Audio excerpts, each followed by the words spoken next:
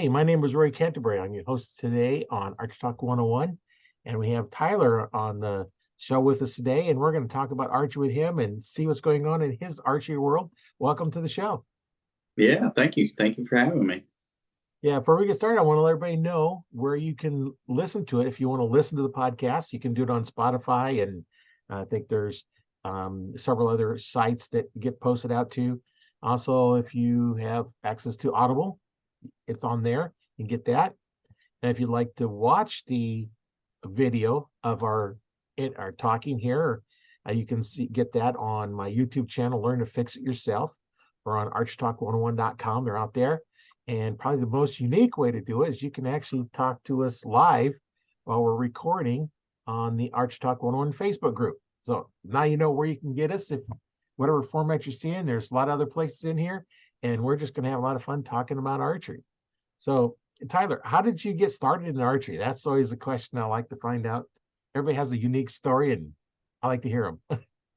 Yeah, so actually, I guess let's say hunting wise, I actually started hunting with my dad whenever I was carrying a BB gun and hunting alongside him. So I was probably 4 or 5 years old, I guess, 6 years old, just trying to keep up with him in the woods. And I actually killed my first buck whenever I was 8.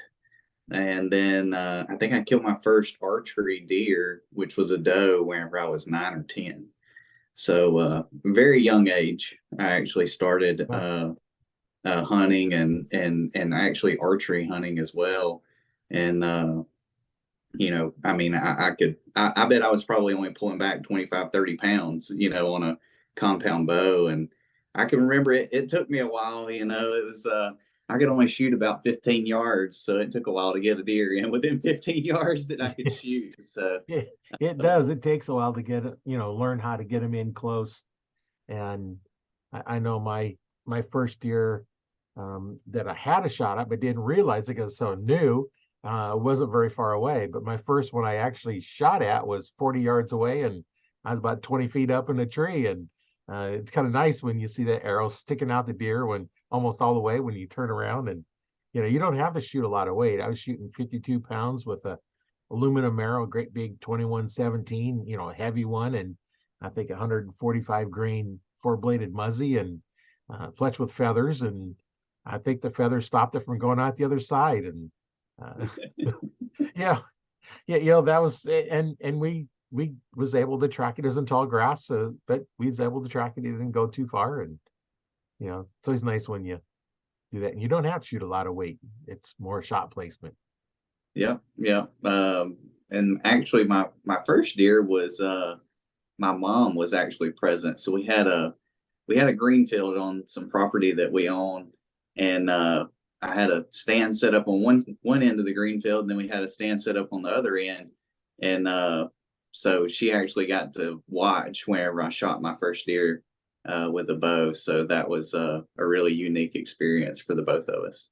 Yeah, that is nice. It's always nice when you get to watch your kids, out hunting and get to kill a first animal, whether it's with a bow or a gun or whatever. And it's always nice taking them out and letting them experience it. Yeah, yeah. That was really a good time. My dad was with me whenever I killed my first buck with a shotgun, and we were actually running dogs then. And then my mom got to be with me whenever I shot my first deer with a bow. So yeah, I would say I'm pretty blessed with that, and pretty lucky to have gotten to share those memories with them. Yeah. Does your mom hunt as well then? She's killed one deer, and Oh, the only way that was gonna happen was I was actually 15 and I couldn't drive by myself yet, so I wanted to go hunting. So I talked her into riding with me because I only had a permit. So I was like, "You got to go with me because I only got a permit. I can't drive, so you got to go anyways." And we went, and on that same green field we had a shooting house, and so we went and got in the shooting house, and I put the gun in her corner, and I was like, "You're shooting tonight?" And she was like, "No, I'm not. I'm not shooting. I'm not shooting." And I said, "Well, I guess we're just gonna sit here and watch." And so we sat there and watched, and there's the field there's 4 or 5 deer came out, and she was like, we really gonna sit here and watch? And I'm like, well, if you don't want to shoot, we're just gonna sit here and watch. And so she finally got up the courage and took her first doe, and it was on the same field that I took my first deer with a bow. And so that's a really special place on a piece of property that we have. We've my wife now, she harvested her first deer, killed her first deer on that field in that same shooting house as well. So very special place on this piece of property that we own, a little small piece in Alabama. So Yeah, that's kind of nice when your mom and then you and then your wife and all get to shoot there and um yeah, and kill deer out of it. That's a nice place that you have, and especially seems how you own the property, so you don't have to worry about it being sold and losing your property. And yeah. Yeah, we've had it for a long time. My granddad owned it, and my great granddad actually owned a lot more. And just over the years, it's kind of gotten chopped up between kids and passed down and passed down. And eventually, it got to my mom, and she has 3 other brothers, and they all wanted to get rid of it, but luckily she held on to it. So it's been a really nice place for us. yeah, that's good when you can keep it, especially when they get split up. Next thing you know, the history of your family is just now it's all gone because all the property's gone to who knows where. And Yeah, kind of nice that you was able to keep it. yep, yeah, sure is. So I imagine you have some other pretty cool stories about some of your hunting trips. Now, what would be, other than you just talked about, hunting with your mom, what else would be kind of your most memorable hunt? Um, Probably most definitely the one with my dad, my first year. But most recently, we've actually, me and my neighbor have, I guess since 2018, we've actually been doing a lot of public land hunting, strictly bow hunting, all public land. And that's been a good change in pace. I mean, you do, we own property and stuff as well, and we've always hunted that property or asked permission. And I've always, throughout my life, my whole family's always hunted, so we've always had permission to hunt multiple places around, and just had ample opportunity. We were blessed that way, and knew everybody that lived around us, and used to, back whenever I was growing up, it was just no big deal. You could Right.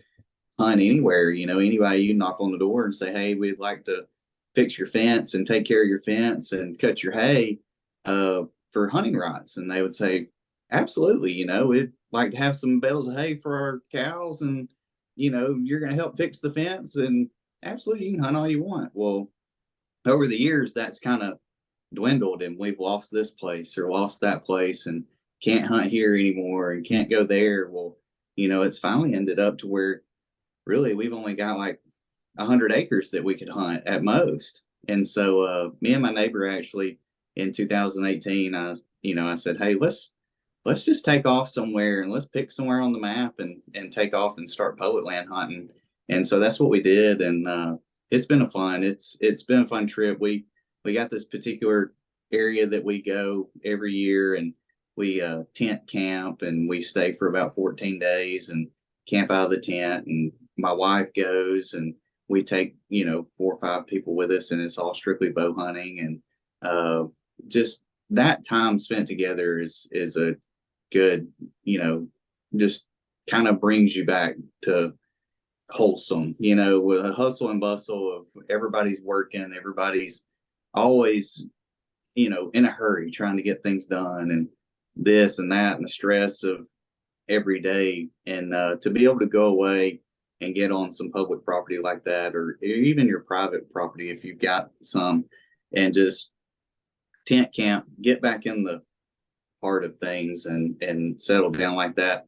It's that's what I enjoy the most, and doing that the most. And a particular story out of that was our first year that we were there, and we started doing this kind of deal. We went for our 14-day trip or 12-day trip, and it was our first time at this piece of property and this public property. And so we were trying to get our bounds about us. And uh, we had seen some deer and had some good opportunities, but never could close the deal on anything.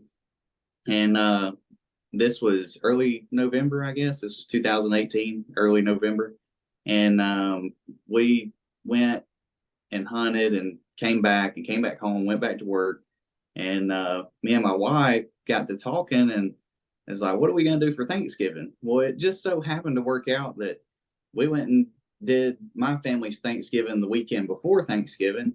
And then her family was tied up doing something. And we were like, well, we really don't have to go anywhere. And so we're both sitting here with these two tags, and I'm like, well, let's just go back and see if we can't get a deer, And so we take off Wednesday after work. And as soon as we get out of work, take off.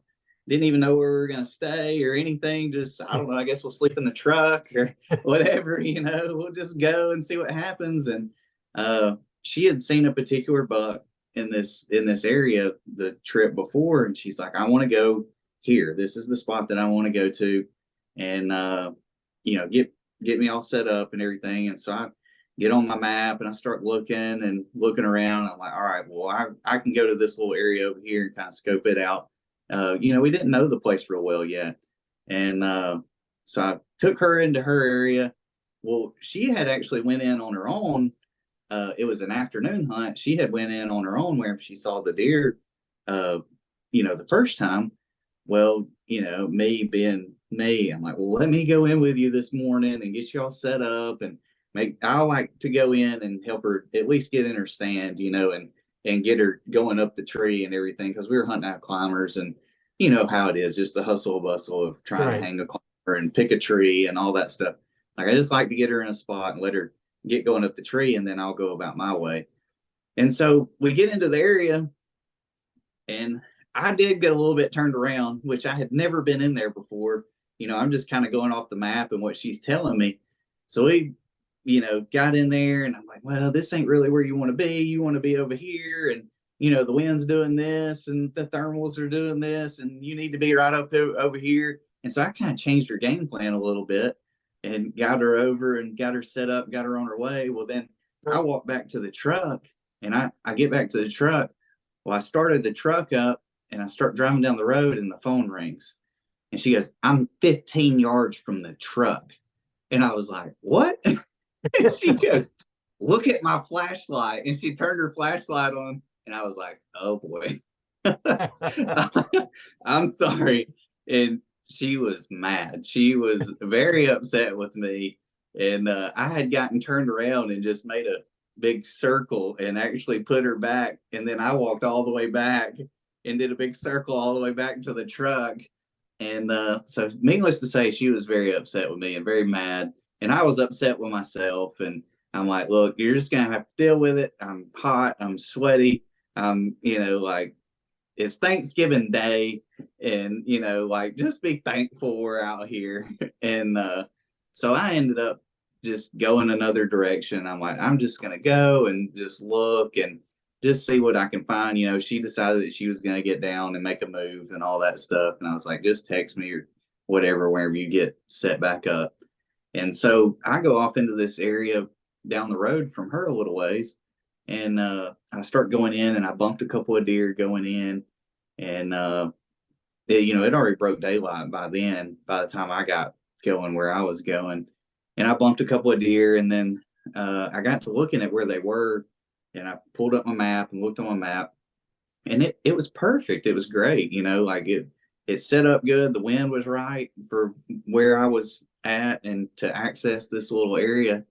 And so I start kind of going down the ridge. Well, as soon as I poked off into the woods right there, it was just rub, scrape, rub, scrape, rub, scrape. It was just tore up all the way down through there. Picked out a tree, climbed the tree, and I finally get up there, and it's just been one of those mornings where you're just like, is this even worth it? Is this public land thing even worth it? This is a lot of, this is tough. And I probably sat there for an hour, and sure enough, I had a buck come in, did exactly what he was supposed to do, got a shot off at him, and put him on the ground. He went run off, and I called her. Of course, I'm all excited now. My whole day's just flip flopped all the way around, and just shot my biggest buck, on public land with a bow, and called her, and she's all excited.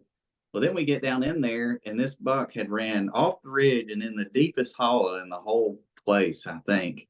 And it's Thanksgiving Day, and we're on this giant public piece, and there is nobody. I mean, everybody's at Thanksgiving. There is nobody around. The whole And forest yourself. yeah, yeah. Fortunately, unfortunately, I'm not sure. Any other time we could have just went back to camp and just, hey, we need some help, or whatever. But yeah, that deer literally and physically almost killed us. I thought she was going to kill me in the middle of the woods because I put her in the wrong spot, and then we both almost died trying to get him out. So, but it was awesome. That we've had some great memories and great times at that place as well, and it's just it's amazing what bow hunting and hunting in general does to bring you closer together, and as a family. And I mean, it'll test you too. It'll put you to the test, and it'll also bring you together whenever you stick it out and go through everything. And archery hunting, any kind of hunting in general, it's just it's willpower. It's how much you want to put into it, and that's what you're going to get out of it. So that's what I enjoy about it so much too. Yeah, that's kind of interesting. I've had days where you go out there and it just nothing's working right. And I know one time I knew the exact path right to his on public property, right in my tree. I'd go in there many times. I go in, go straight to my tree, go straight to my tree.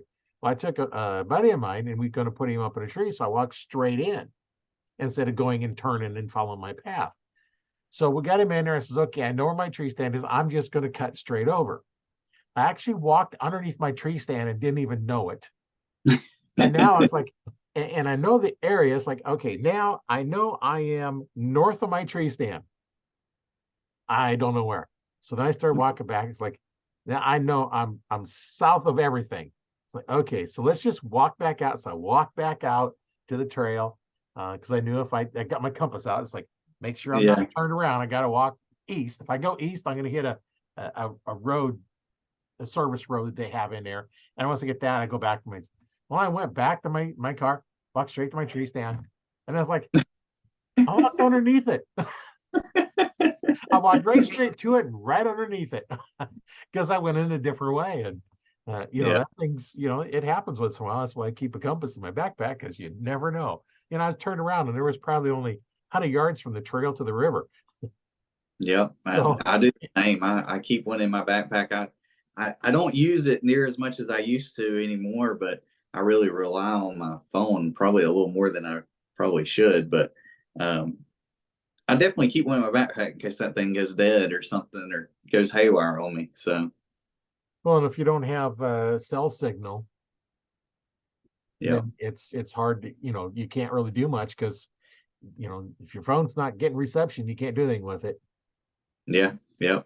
It definitely makes it a lot tougher. But I really feel like I was actually talking to a friend of mine about this just this past weekend. It's like, I wonder how many hunters these days you could just put out in the woods and take their phone away from them and say, all right, I need you to go in there 100 yards and find that whatever that is. And they probably couldn't do it.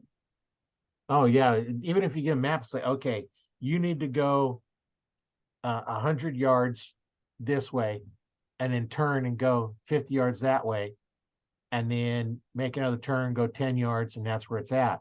How many people know how to count off steps to know when they've gone 100 yards? Yeah. Probably not very many. No, I know when I was in college, I took a backpacking orientation class or something. Anyway, one of the things they had us do is you take a known yardage, like for archers, 20 yards. Mm-hmm. And you're going to step off that 20 yards and step it off and count your steps. Now, you don't count every step, you count every other step. So if you start walking, military guys, we always start with the first step is always left foot. It's just been ingrained in us. We just always do it. So you're going to step with the left and you count. When the right one hits, it's 1, 2, 3. And I know that 11 and a half steps is 20 yards. Every time I've stepped it off, 11 and a half steps and I'm at 20 yards. So I know if I go 23, I'm at 40 yards, so I know, okay, I need this many steps, count them off and make your right turn. And then you're going to be fairly close. Yep. And that's something that, something we should all learn is how to step that off. And I use that many times for stepping off. It's like, okay, where is 20 yards? I'm over a field. I don't know where 20 yards is at. I don't know where 30 and 40 is. I can't tell. And so I would step it off. It's like, okay, there it is. And I'd put a little marker down on the ground. It's something, a little orange flag or a stick or something that I could see, and then go out there and step it off. And I even had, the rope I had with me was 10 yards. It's like a 30-foot rope with me. And I had a loop on one end and I could loop it on the peg, go out. Okay, there's 10 yards, flip it off, go out another 10 yards, 20 yards. I can mark them off. And then, if there's trees, then you kind of learn how to judge them. And then I don't judge at the ground. I judge straight across from wherever I'm at. And those of us that are not depending on rangefinders. Well, that was my first deer that I killed out of that green field. I missed like 3 or 4, before I ever, got one. And that's what I had to do, because in the yard, my dad would be with me or whatever, and he'd be saying, all right, that's 20 yards, or 30 yards or whatever it is. And then I got in the tree stand, I'm hunting this field, and I'm like, and I told him, I said, I don't know how far they are. And so that's what we did. We didn't have rangefinders. So we just stepped it off, and he put big rocks out there. And so he'd be like, all right, this one's 15. This one's 20. This one's 25. This one's too far. If they're past this, don't shoot. Well, that's one way of doing it, Yep. So it depended on what rock they were standing by. That's how far, what I knew my yardage was. So. Yeah. And then now, of course, you probably know how to judge yardage a little bit better. Yeah, a little bit better, but I'm one of these guys again. I depend on that rangefinder a lot. I'll get up in the tree and pick me a couple of spots out. Wherever I sit down. But yeah, I mean, if you're going to be a bow hunter, you got to learn how to judge it too. Yeah. Take your block and just roll it out there and start shooting at it. And start trying to judge it. That's a good way. Or even archery tournaments. I don't know if anybody on here does any 3D archery. Yeah, we've got several in the group to do 3D archery, and yeah, even if they allow rangefinders, you should never use your rangefinder until after you've made your shot. yeah. And it's like, okay, I made a good shot. It's like, okay, I was high. Did I judge the yardage too far, or was it? And then the range, okay, yeah, I thought it was 25 and it was 28, or whatever your ranges are. Yeah. Use it to verify what you thought it was, and make your shot first. Don't make your shot before, after you've ranged it. Range it with your eyes first. And one of the ways I do it is, like, if you're on a hill and you're looking down at the trail, don't judge the trail. Find a tree on the trail and go straight up where you're horizontal to it and judge that distance. And that works. That's what you want to shoot it for. And that's the part that is sometimes difficult, is understanding those angles, because the arrow only drops based on the horizontal distance it travels, not the vertical distance. So carpenters all know a 3, 4, 5 triangle. That's how you figure a right angle. And let's say you're up in a tree, you're 40 yards up over the trail, and the trail's 30 yards out. And then you're going to look straight down and you're going to judge it as 50 yards. So you don't shoot it you shoot it for 30 because it travels horizontal. The arrow may travel further, but it's only going to drop based on the horizontal distance. And same thing uphill as well. It looks like it's further. I had one that I knew was 20-yard range, but that deer looked like it was a good 50 yards. Because I was so high above it. And you know what? I shot it for 20 and I got it. But it was a simple target. It's like you're 20 yards. Normally you got a good sized target, but when it's that small, because it's that far away on your eyes, it looks like a small target.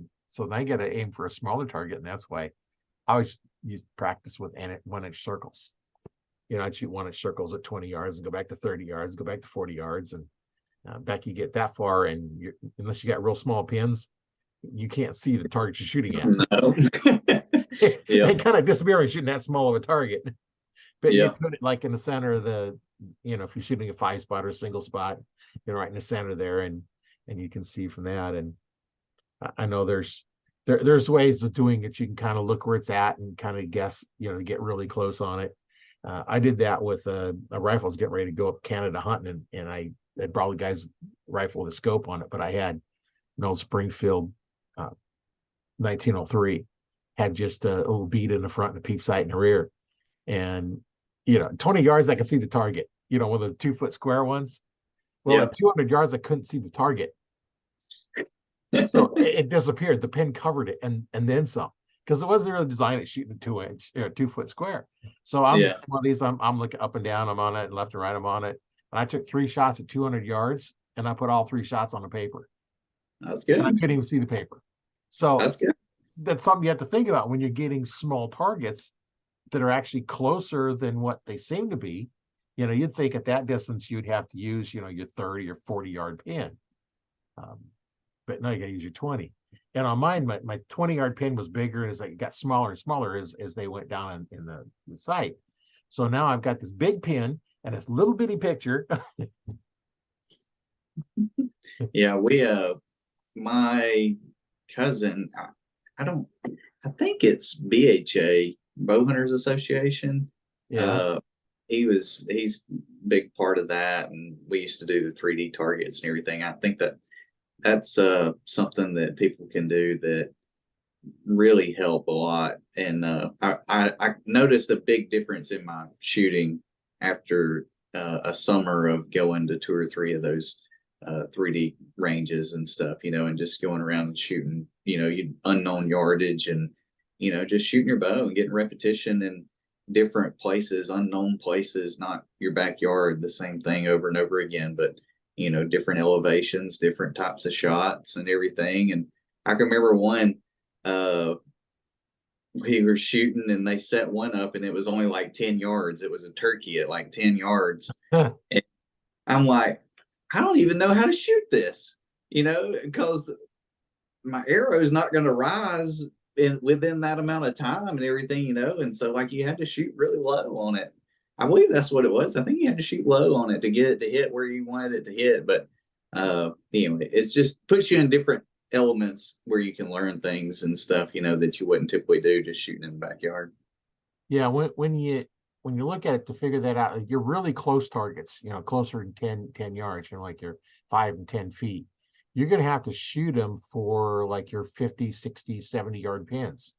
So yeah, so higher. Yeah. Yeah, you got to shoot high. And then, because what happens is your arrow is at the It level doesn't of your mouth. lift. Yeah. Yeah.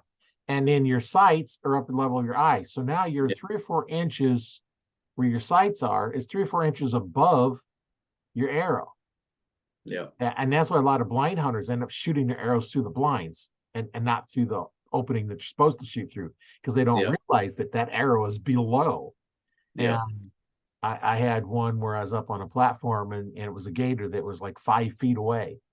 And, at that time I had a program, I don't know what happened to it anymore, but you could take the distance between your arrow and your P, it full draw, the speed of your arrow, the weight of the arrow, whether you're fletching, and they'd figure out all the different angles. And it said, at 5 feet, shoot 70 yards.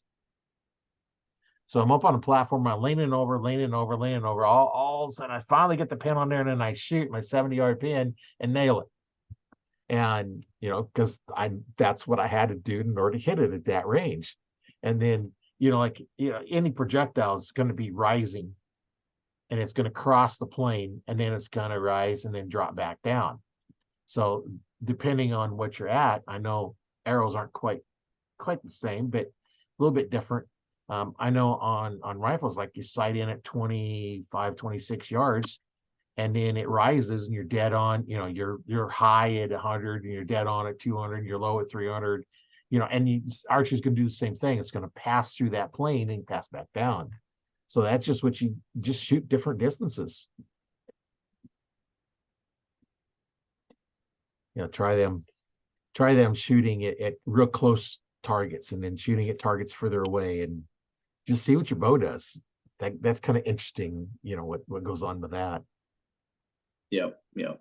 I kind of lost you there for a minute. I think my volume or something messed up. Let's see. I think that's better. Yeah, as long as you hear what I'm talking, and I can hear what you're talking, so that's all good. Yeah, I don't know what happened. It's really, really low for some reason. Let me try this. Hold on just 1 second. Put your earbuds in. Yeah, I was going to try that and see if that was better. Can you I hear me? got some, I got some headphones that I normally use, and there's something going wrong because they'll start cutting out, and so I'm using a regular speaker now, but I prefer the headphones. I can hear better. Yeah, I got you good now. If you can hear me good. Oh yeah, I can hear you good now. Yeah, Okay, we're all good. good. So yeah, uh, yeah, I didn't catch that last part, but yeah, I think on that particular target that I ended up, I didn't know exactly what to do, so I just looked down my arrow is what I ended up doing on the target. So it worked out, but Yeah, you're lucky in that because a lot of times you don't practice shooting down your arrow, looking down your arrows. yeah, So then you're just, have you ever practiced it? No. yeah, Then yeah, well, it if it works, it works. If it don't, it don't. That's why they put them little crosins in there. I've talked to somebody who's setting up ones, and they put the close ones in just to mess people that don't know their equipment well enough, and I'll put them in yeah, close and things. This is easy shot, and then they miss them. yep, Yeah, I've actually seen some videos where guys were just like their arrow was when they shot was almost touching the animal. yeah, At that point, most of those big animals, like they got a big enough kill zone, it really doesn't matter because you're going through them. Except the arrow hasn't matched time to actually build up its speed yet, until that yep, strain has fully launched it. So you definitely yep, don't want them too close. But yep, those are interesting ones when guys at full draw and the animals just, lots of times you see them like a moose, or elk sometimes. They're just so close that, yeah, any false moving that animal could run you over because they're basically almost stepping on you. I've never been in any situations like that, but I wouldn't mind going sometime. I'd love to get on some elk or moose or anything like that. My grandfather used to go to Canada every year and hunt everything. Oh, your volume went out.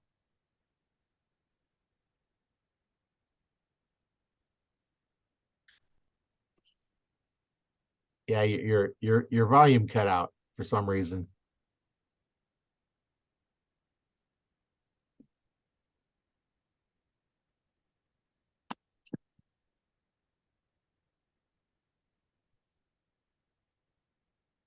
I'll take the headphones out.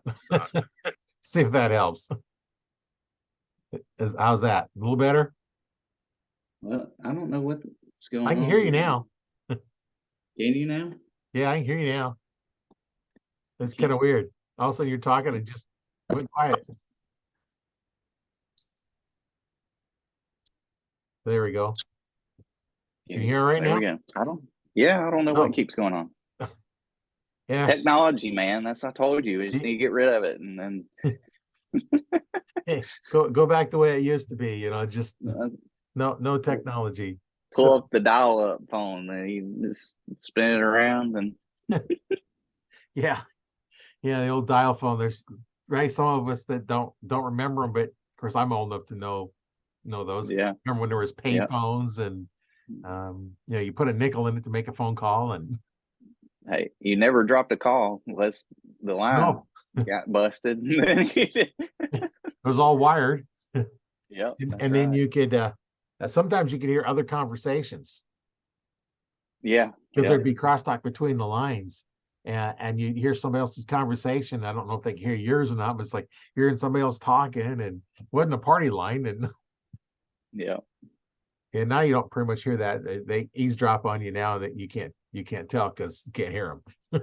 That's right. That's right.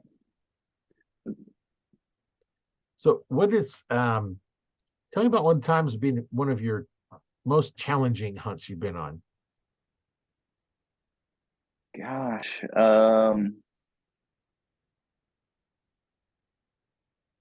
that public land one that I told a little bit ago, that was pretty challenging. Trying to think back of, I mean, you have different ebbs and flows throughout a season. Most of the time I deer hunt, and it just kind of ebbs and flows, and it's not particularly super difficult. It's just a mind thing where you just got to stay at it. You know what I mean? It's not um I guess what I'm trying to say is those difficult times and stuff, and the challenges and everything, that's part of it. That's what makes it so much fun. And Yeah. so for it to be one particular hunt that was just more challenging than the rest, I mean, that was definitely a challenging hunt and time just because of everything that happened. But you know, that's what makes it so rewarding in the end. So I don't necessarily look at it as hard or challenging. I just look at it as that's part of it. That's what you got to do to be successful at bow hunting and hunting in general, is the difficult parts. There's If it was easy, everybody would get out there and do it, which yeah, in some places, in some ways, I would say it is easy. I've hunted with people that, and no offense, everybody has their own thing, but they pour Right. out a pile of corn and go out and, sit over this feeder or whatever. And I just I like my hunts to be a little more challenging, I guess, than that. I really enjoy going into the woods and really figuring out how a deer's moving, and the wind direction, and where he's bedding, and where he's going, and where his does are, and how to catch him in between, and all of that stuff, and every time you hunt a buck, that's a challenge. Yeah. So there is not anyone in particular that is just easy, I guess. Now sometimes things happen and fall into your lap a little bit, but you kind of make the right decisions quicker. But yeah, I mean, overall, me hunting, I do it for enjoyment, and just for the love of being in the outdoors. I don't typically put a huge amount of pressure on myself to get out there. So my pressure cooker, I guess, has been in the fishing industry.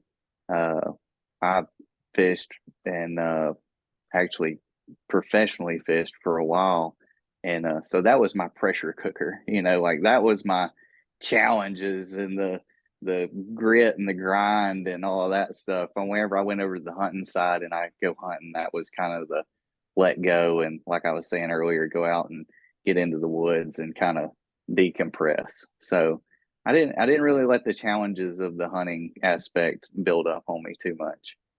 That's kind of your release. Yeah, We've got a that's few right. comments in from Stevens. He had some comments as we've been talking here, and I forgot to go look at them. And yeah, he said he didn't get to do a whole lot of hunting with his boys, but a few things get in the way, and I don't do as much with my kids as I want to. And um, he says he loves 3D. Yeah, that's Yeah, awesome. That's but good. he don't need pins. He shoots traditional equipment. Is it a recurve? Yeah, Yeah, yeah. that's So you awesome. don't need pins. It's like, okay, I've got a recurve, but I don't shoot it enough to, feel like I could actually take it out and go hunt with it, because I don't spend the time practicing with it in order Yep, to do that. So, I'm going to go out with the best chance I have, arch equipment, with my compound. Um, yep, but hey, they shoot differently. You got different practice, you different mindset and everything. They're all different, and they're all fun to yeah, shoot. No yep. matter what you That's have, they're all it. fun to shoot. That's exactly it. And it don't cost near as much as a gun to shoot a bow. No, as long as you don't lose your arrows or break them, That's right. it's a Yeah, you one-time just do it purchase. over and over again. That's right. That's what that's one thing that I loved about it so much was it was an activity that we, as a family could go do. And, I mean, of course, if you want to get expensive with it, you can, but it's also one of those things that you can get started and get going and have a long time of enjoyment, out of archery, and not just hunting wise, but just shooting in general. I mean, we used to shoot all summer, and that was kind of like a afternoon thing, especially, whenever it got to be about August or so, it was a everyday thing. That was, we'd come home and, Dad get home from work and I'd get home from school and we'd go out and shoot, and so it's awesome. I really enjoyed it. Yeah, it's nice you be able to get out and do stuff with your kids. I know I've taken mine out, and when my youngest was really young in Cub Scouts, I owned a sporting goods store, and we had archery in there as well as other things. And he'd come out there and he would just spend the day shooting arrows. He'd have like 30 or 40 arrows that are just mismatched, and ones that were broke cut down to fit him, and he would just sit there and shoot for hours and just shoot and have a lot of fun. And that was kind of fun. And yeah, and then one time I had his Cub Scout pack come up and shoot in the range and introduce them to archery and let them have fun. And it's kind of fun, doing that kind of stuff for them. And my oldest, he did some shooting, and that's been probably 20 years ago now. He got his first Robin Hood. Oh, that's awesome. Yeah. And those are kind of neat. They're expensive, really They expensive are. nowadays. Yeah. I shoot the Comp Pro in the carbons. So those are the 1,000 straightness. Those are the most expensive ones, that you're going to be getting is that straightness in there. And Yeah. I have found and proved many times that the straighter the arrow, the tighter the groups. Well, yeah. Even when I had aluminums, I buy new dozen arrows for hunting season, get them set up. My groups are really tight. And by the end of the season, before it's next time for hunting season again, I've expanded out to be, instead of being able to keep them in the X now, then they're I can keep them in the white, on the fine spots. I can keep them in there, and then new arrows, and it just tightens up. And I had a friend of mine, he was shooting one of the Beemans, I think 3,000s or something like that. And so I said, Jim, try these. I fletched with feathers. They're the same draw length, so they'd work just fine. And amazing how much tighter his groups was, just by shooting a straighter shaft. Yeah. That Robin Hood one is it's one of those things that I've never been so excited and so disappointed at the same time.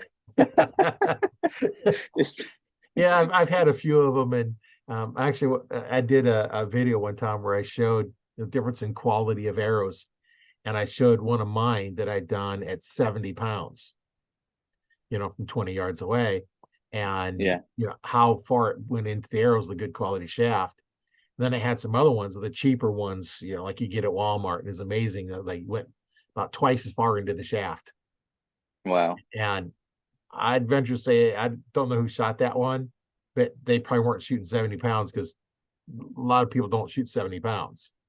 Yeah. And so it was less weight and traveled further through it. And that's just difference in quality of arrows. Yeah. It makes a big difference for sure. Your whole setup is vital to being accurate. That's for sure. Well, and things that you have to look at too is when you're setting your bow up and you're shooting for a while, and then as you've shot for a while, has your string started stretching a little bit more? Is it starting to wear out? Things to look for is, your peep always lined up, and now it's not lining up anymore. What's changed? Well, it's probably gotten little stretched just a little bit. So there could be, a strand that's actually broken, and now that's weaker and turns them, and or it's just the temperature can affect it. So you set it up, you do a lot of shooting in the summertime when it's 80, 90, 95, 100. Your bow's going to act differently than if you're shooting when it's 30, 40, 50 degrees out. So things are Yep. going to work differently. So that's Yep. something to look at too. Yep. It's vital to do it in all conditions, like, but you got to practice all conditions and make sure that you're ready for whatever happens. Yeah, the one condition I prefer not to practice for is in high winds. Yeah, I don't like hunting wherever it's like that anyways. It doesn't seem like I see much wherever it's blowing really, really hard. I'd rather just, hang out at camp for a little while for that day. Yeah. Well, and what I've seen is when it's been blowing really hard like that, the only time I see a deer, they're running. Yeah. They're running at top speed. Yep. And they're trying to find some place out of the wind, where they can hear and see, and then something spooks them, and they're just gone. And so what if it's that high winds? I'm not going out just because you're not going to see anything. And I've been in trees where it wasn't a real big one, maybe um, 12-inch diameter or something for a fairly small tree. And that wind was blowing hard enough. I was waiting for it to calm down so I could let go of the tree stand. I got my bow sitting there and I'm hanging on the tree stand because it's blowing me around so much. I got my safety belt on, but still I'm hanging on. And like, okay, there's no way I could even take a shot, let alone Yep. I couldn't even get down because it was blowing so much. And it wasn't that when I got in the tree, it just picked up and yeah, get out of the tree. No, Does that. Get on the ground.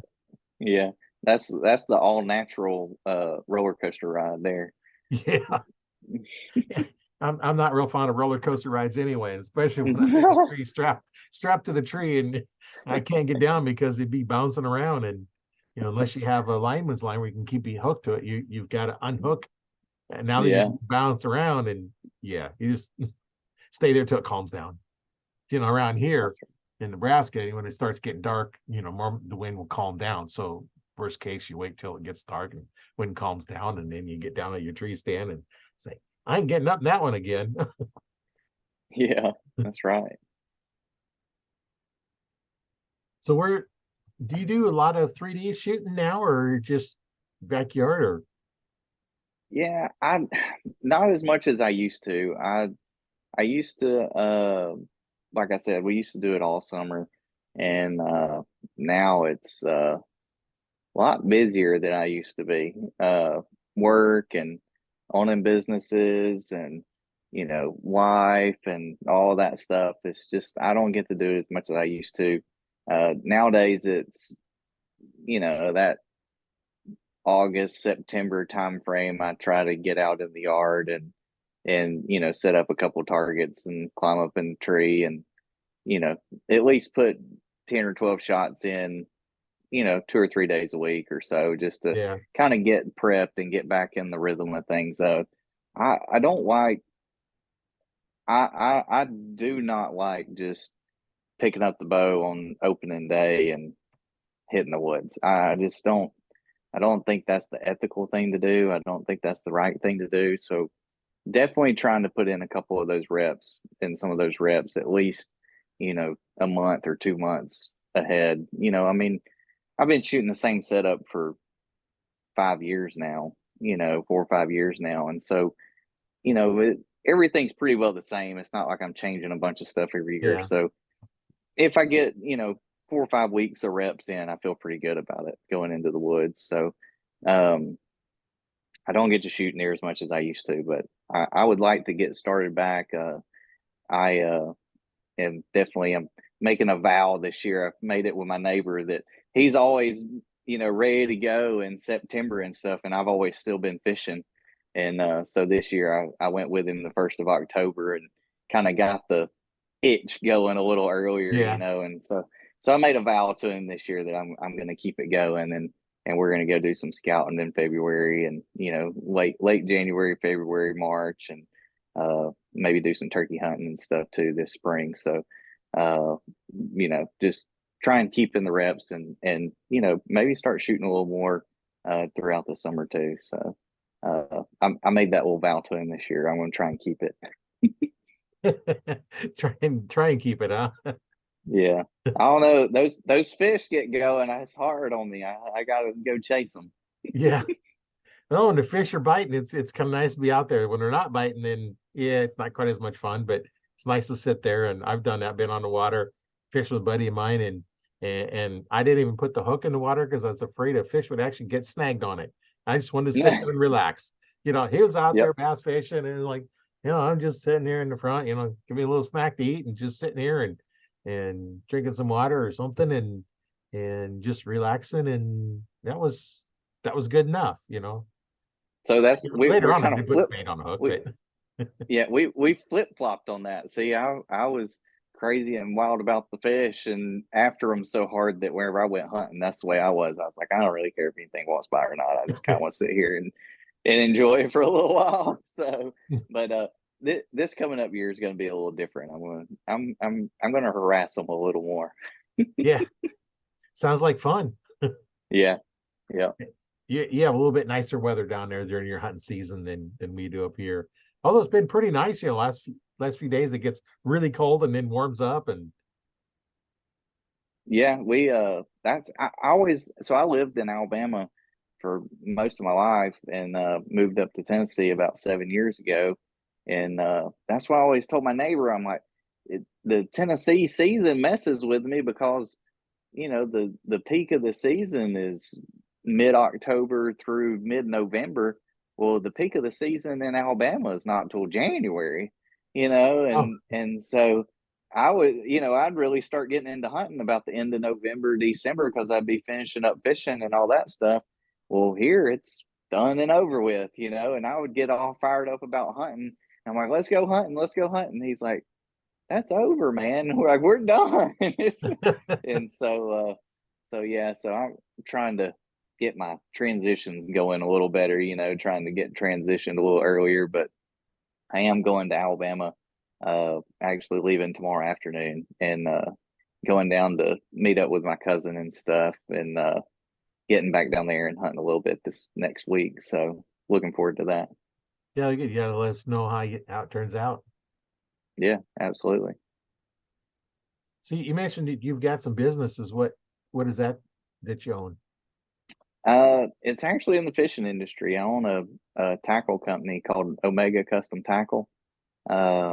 We sell jigs and spinner baits and buzz baits and stuff like that. Just all sorts of different fishing tackle. And then I work for this company here, this Sniper Marine, and it's actually in the fishing industry as well. So kind of that's my two main deals right now, and they keep me pretty busy. So Yeah. Yeah, what I can do is I put a description, in the description, I'll put a link to them so people can find yeah, it a little bit easier, and absolutely. that'll help out too, because it's like, hey, I want something tackled. And I know back when I had my store, we would tie on what one of the guys called poofo balls. But what we'd take the skirt material from making bass jigs, Yep.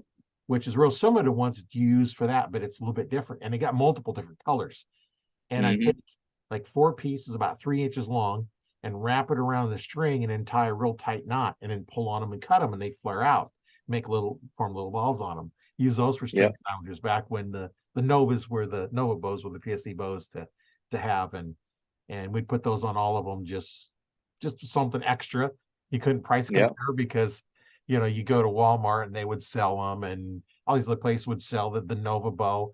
And why would you buy it from me? Well, one, it come with a release, it come with 6 arrows, it come with the string signers designer, it come with shooting instruction, it come with all this other stuff, for roughly about the same price. So you couldn't price compare because you got more out of it.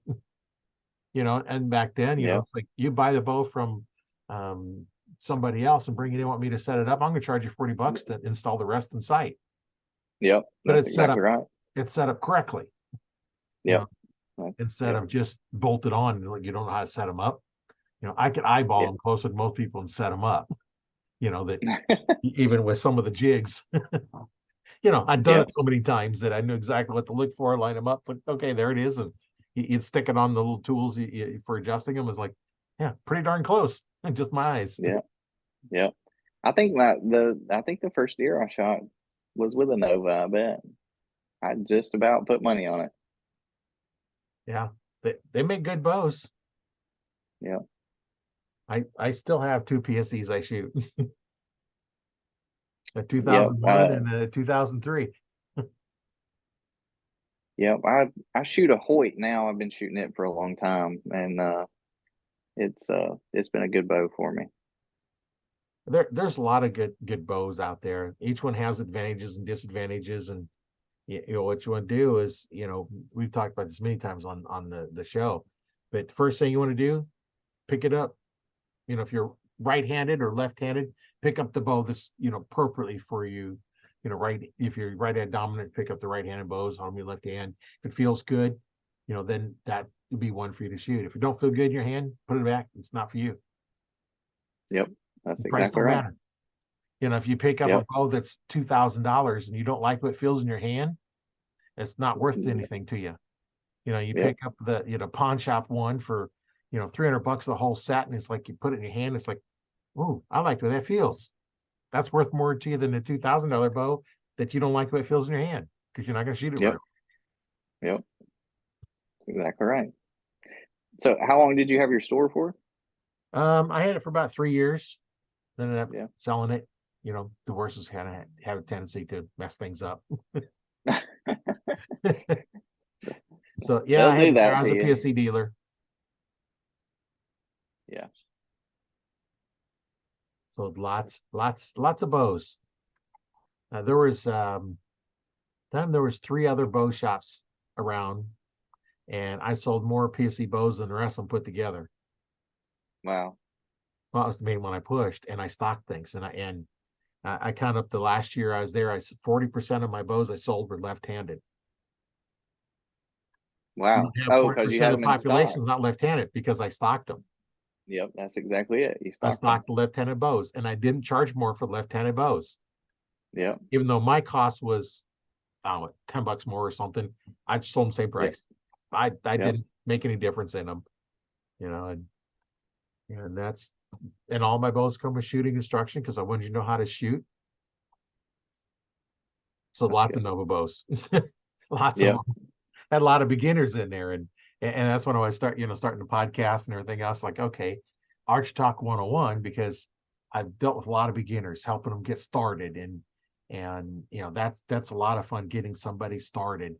And then of course now the podcast kind of grown from teaching beginners to learning from those intermediate, advanced, semi-pros, pros, your Olympic archers, your hunters, like yourself, that have a lot of hunting knowledge, and it's always nice to pass that on to somebody, and that's what's so cool about doing this, and that's why I like doing it.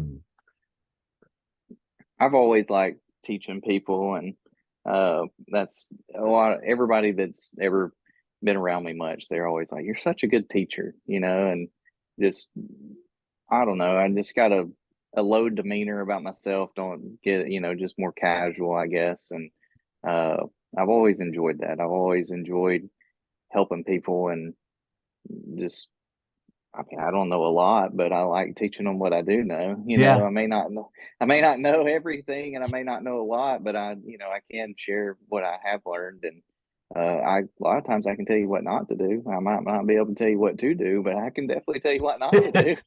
because we've all done it. It's like, don't do this, I did that, don't do that, it don't work. Yeah, don't do that. You can try something else. It might not work either, but don't do this because it don't work. Well, and sometimes that's what you got to go through. It's like how many times it doesn't work.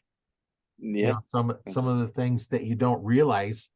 WD-40 failed 39 times of making the water displacement formula. That's why it's called WD-40, water displacement version 40. If they'd have got it on miss it and got it 5 more times, it might have been WD-45.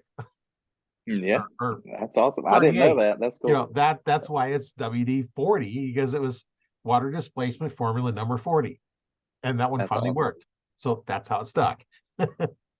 Awesome. I didn't know that. Cool. See, you learn something every day. Yeah, that's the whole thing. You got to learn something every day. Awesome. Yeah. Cool. I know you said you didn't have a whole lot of time, so I don't want to hold you up too much longer. Um, it's been great talking with you, and I'm sure we'll talk again. And if anybody gets a hold of you, I'll put a link in the description, and they can message you in the Art Talk 101 Facebook group. I'm Yep, not sure if you're in there. I absolutely. think you're in there, but they can message you that way. And if you have any questions, you can always get a hold of me. I'm available pretty much anytime. Just get a hold of me in the group or on my YouTube channel and make a comment, because I do look at the comments. And hey, I'm not hard to find.